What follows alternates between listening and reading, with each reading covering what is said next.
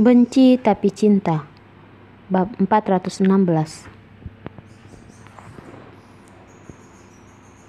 Epa, aku panggil dokter untuk lihat ya.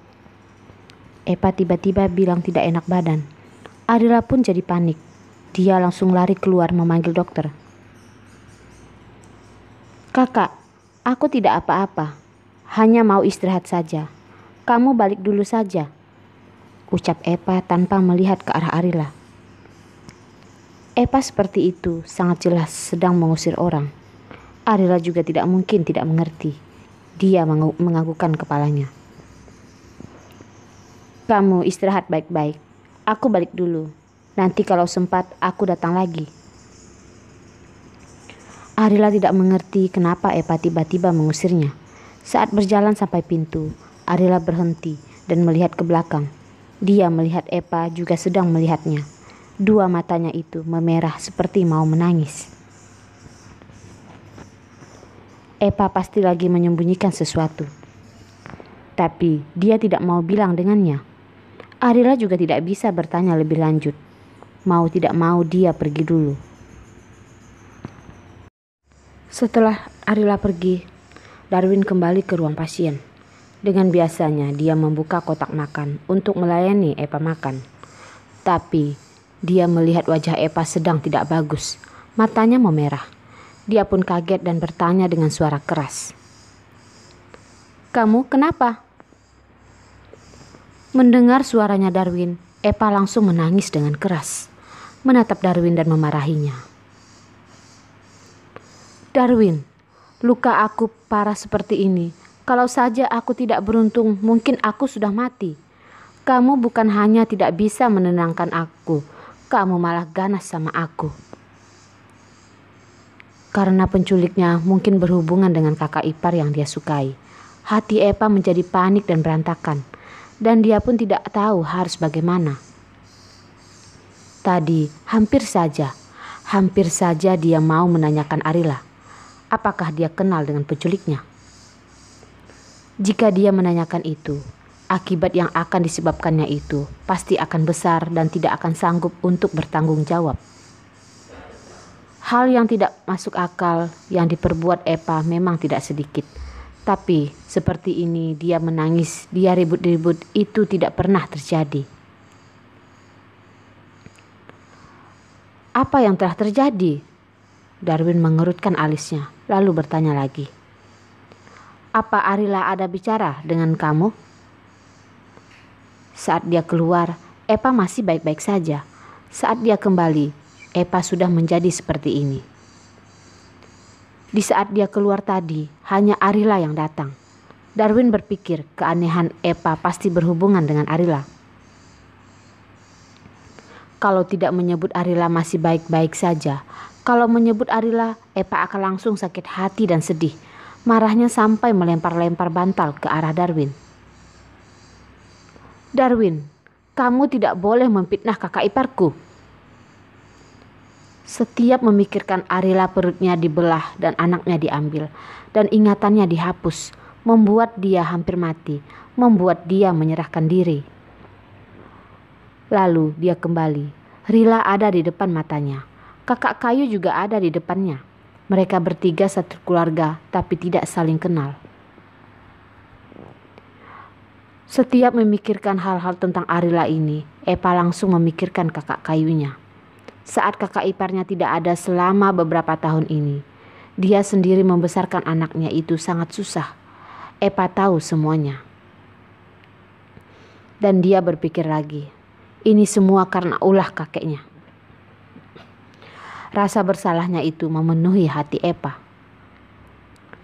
Jadi dia diculik orang untuk balas dendam. Dia pun tidak merasa ini hal yang tidak diduga. Tapi hanya tidak disangka. Orang yang menculiknya itu ada hubungannya dengan Arila. Berarti orang yang menculiknya itu yang selalu bilang ingin membalas dendam atas nama anaknya. Yang bilang seharusnya dia sudah mati karena kecelakaan. Yang harusnya sudah mati terbakar. Apakah dia benar-benar ayahnya Arila?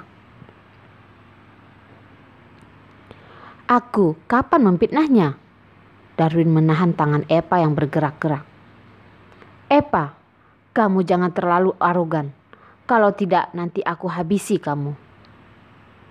Apa? Coba kamu bilang sekali lagi. Sialan ini baru menjadi baik beberapa hari. Bisa-bisanya bilang mau menghabisinya. Sebenarnya siapa yang berhutang untuk dihabisi? Darwin batuk sedikit. Siang sudah lewat. Kamu makan dulu. Setelah makan, kamu mau buat apa? Aku temani kamu. Sialan, mau ribut sama aku. Aku akan buat kamu merasakan akibatnya. Epa memonyongkan mulutnya. Untung pria ini mengetahui keadaan. Kalau tidak, dia tidak akan memaafkannya dengan mudah. Darwin meletakkan mangkok, lalu langsung mengayunkan tangannya dan pergi. Wanita ini tidak boleh dimanjakan. Semakin dimanjakan, dia semakin arogan. Bahkan, dia hampir lupa dirinya itu siapa. Aduh! Darwin belum saja merapikan kursinya. Epa memegang perutnya dan berguling-guling di ranjang.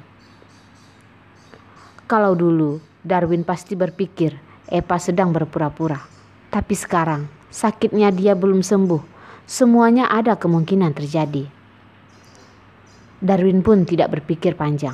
Dia langsung memeluk Epa. Kenapa?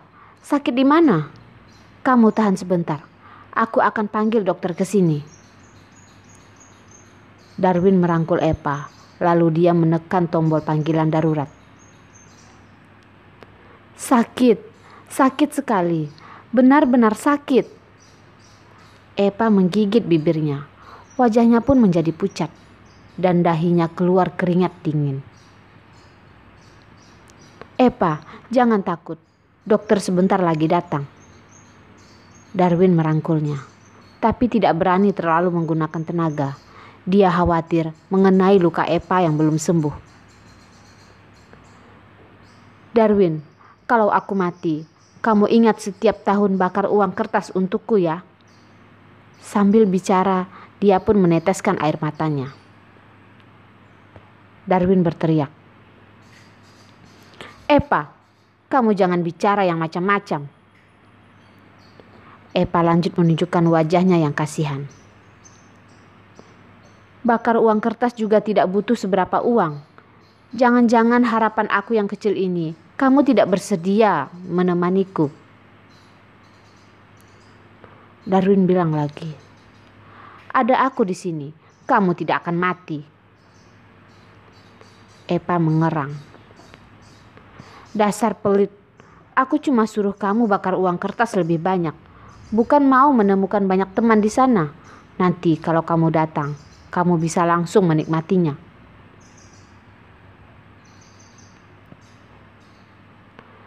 Dokter dengan cepat datang.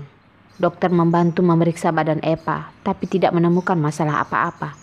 Hanya saja, Epa teriak dengan keras. Pura-puranya itu seperti benar-benar nyata. Epa dan Darwin mereka berdua. Sepertinya Darwin lebih memiliki posisi, lebih memiliki gengsi. Tapi Epa di depan orang lain tidak membutuhkan posisi dan gengsi.